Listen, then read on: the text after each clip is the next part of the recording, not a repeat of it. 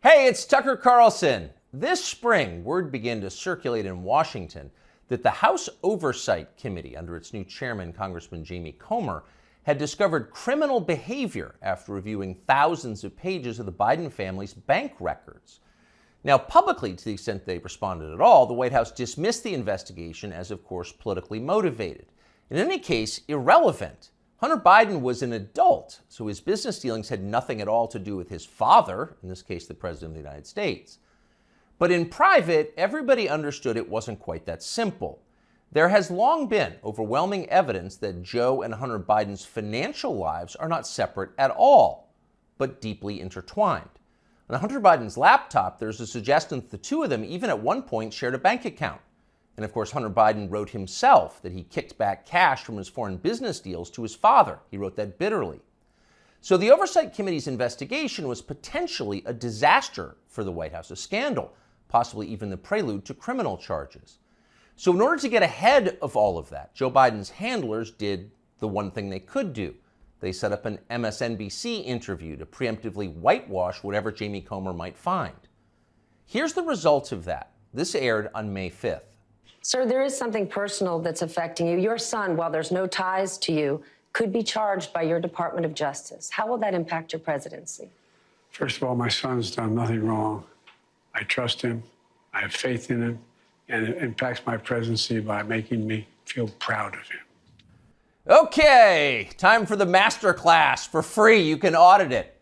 Here it goes. Sir, showing appropriate respect, says the shill, there is something personal that's affecting you. Note the wording.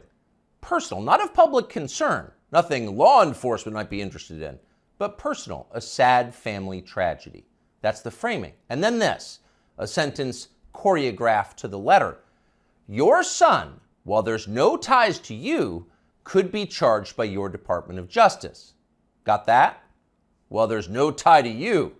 So the answer is, in fact, in the question. Whatever Hunter Biden goes down for, and we know he is going to be charged because MSNBC said so, but when that happens, that's Hunter's problem. It's got nothing to do with Joe Biden. Rest easy, America.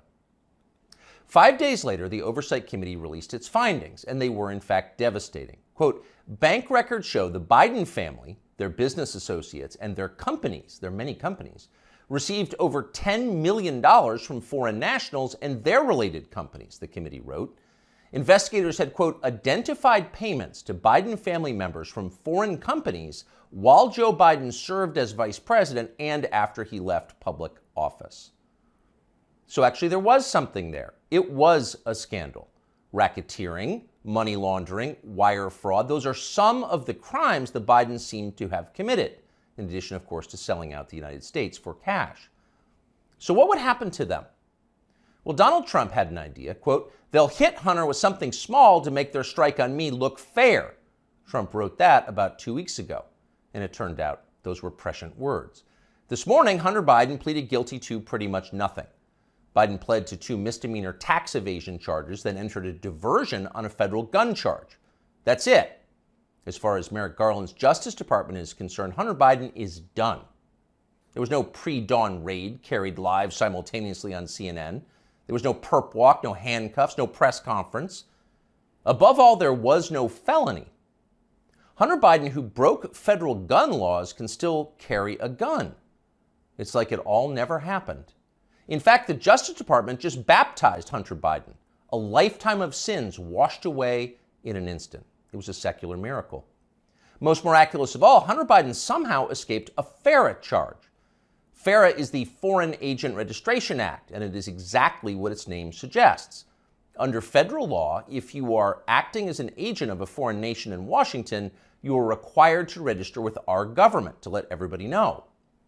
Well, for decades, pretty much nobody in Washington did register under FARA, and precisely no one was ever prosecuted for it. No one. But starting several years ago, the Justice Department began sending people to prison on FARA violations. The official explanation was, we're cracking down on foreign influence in Washington. And of course, privately, everyone in Washington laughed. They knew that was absurd. In fact, it's the opposite of the truth. Foreign powers have never had more power in Washington. Their agents are everywhere, in every federal agency and throughout business. down to and including in executive positions at various social media companies. The Biden administration knows all of this, and it's not a problem. In fact, it's their policy. From the administration's perspective, the concerns and the demands of, say, the Chinese government, or particularly the Ukrainian government, are far more important than the needs of American voters. We're cracking down on foreign influence. Please. The point, the only point of enforcing FARA, after decades of ignoring it, is to harass and imprison high-profile political opponents. Trump donor Elliot Brody pled to a FARA violation a few years ago. So did Trump campaign manager, famously Paul Manafort. He went to prison. Last year, the DOJ went after Trump confidant Steve Wynn under FARA. But in the end, the Biden administration overreached so comically that the whole thing was thrown out by a judge. But they tried. So as long as they're trying, if it was a fair system, Hunter Biden would be first on the list of those next to be charged with a FARA violation. In fact, many of them. Hunter Biden was a foreign agent. He never registered as one. But for years, that's exactly what he was. He sold access to his father and other lawmakers to the Chinese and the Ukrainians and countries throughout the world. There's no debate about that. The FBI has known about it for years. For years, they've had possession of Hunter Biden's laptop. But they didn't charge him for it today. They never will. Why? Well, you know the answer. Hunter Biden has good genes. A more interesting question, though, which is another question the feds will never consider, is what does Hunter Biden do for a living now? This is a man with no obvious job and, of course, zero skills. He spent midlife smoking crack. Yet somehow he's managed to live pretty well despite rising inflation. He's been living in big houses in the costliest residential neighborhoods in the world. He's been paying his stripper baby mama $20 grand a month in child support. And he has retained a team of the most expensive lawyers in the country who spend quite a bit of time sending threatening letters to anyone who asks questions about how they're being paid. We can confirm that firsthand. So again, what does Hunter Biden do for work? That's a fair question, and tonight we have the answer. For years, Hunter Biden was an influence peddler. Now, Hunter Biden is a self-actualizer. He self-actualizes for a living. He gets in touch with himself, his feelings, and he follows his muse. Here he is explaining his new vocation in a 2019 ABC News interview. This is new. It's your studio. Yeah. But now he's opening the doors to a place never captured by a paparazzi's lens, his refuge, an art studio where he finds solace in painting. What's the goal eventually? No goal. That's the perfect part about it. It's just, it literally keeps me sane. His refuge, far from the paparazzi's lens. In other words, we're not the paparazzi, we're ABC News. What's the goal of this? Your refuge. There's no goal, he says, grinning with those fake teeth. It just keeps me sane. But actually, there was a goal. And if you didn't know what a virtuous person Hunter Biden was, you might think it looked a lot like money laundering. 2 years after that interview, Hunter Biden was selling prints of his art. And to be clear, just the prints, not the, quote, art itself, but effectively photocopies of it for $75,000 a pop. Apparently, Hunter Biden moved 5 of these repros in just days. That's $375,000 in less than a week for signing copies of your fake art. As for the paintings themselves, childish self-indulgent blots, those sold for $500,000 apiece. So the question is, who bought them and why? It'd be interesting to know. There's a story there for sure, but of course we have no right to know. There's no public policy implication. It's not like Hunter Biden's finances have anything to do with his father's finances. Meanwhile, once his father did become president, corporate publisher Simon & Schuster lined up as well to pay Hunter Biden's bills. According to news reports, Simon & Schuster gave Hunter Biden millions of dollars for his highly selective account of his wholly unaccomplished life. And then the publisher lined up brainless celebrity endorsers like Dave Eggers and Stephen King to promote it. King, who apparently will say anything if it helps the party, called Hunter Biden's silly manuscript a, quote, harrowing and compulsively readable memoir. And then Stephen King described Hunter Biden himself as beautiful. Needless to say, the book sold miserably, but Hunter Biden got to keep the millions, and that was the point. And so on. This kind of thing apparently happened a lot. Again, there seems to be a story here, and we think it's probably worth learning a lot more about it and bringing it to you. In the coming weeks, we will. In the meantime, though, the question is, what can we learn from Hunter Biden's plea deal today? First off, the obvious. For the children of the people in charge, there are no penalties. There are only upsides. They're princelings. They can do what they want. You are not. Therefore, you can't. So don't get any ideas about cheating on your taxes or violating federal gun laws unless you want to celebrate next year's Father's Day through the glass in the visitor's room. The rules definitely apply to you, including rules you don't yet know exist. But there is also a deeper lesson here, a more disturbing one.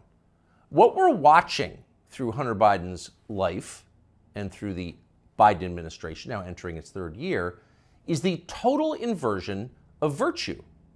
What was once considered admirable is now derided as stupid, if not racist. That would include achievement, intelligence, honesty, self-control, humility. Those are features of the old America. Those were yesterday's virtues. They are gone.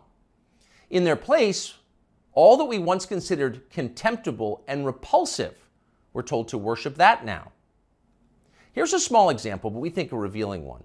In addition to his many other sins, Joe Biden has hired what has to be the single dumbest, nastiest, most dishonest, most ridiculous person he could possibly find for the very public position of White House press secretary. There's a point to it, of course. It was a humiliation exercise. It was designed to degrade the country and dispirit the rest of us. That's the White House press secretary? Shut up! But here's the thing. The White House press secretary herself has no idea why she's in the job. She thinks she's amazing. Here she is in a clip we just saw. A year in this role, there's been a couple of things that has made me incredibly proud. Many things that made me incredibly proud to be at that podium during this historic moment. Again, this is a historic administration. I'm a historic figure, and I certainly walk in history every day. I'm a historic figure? Imagine saying that. I'm a historic figure, but she does. And she says it in a burst of sincere self-congratulation, marked by her signature bad grammar. Illiterate, but proud. Of course she's proud. Karine Jean-Pierre is now a historic figure, just like Hunter Biden is now an important artist. It makes you feel stupid for going to work.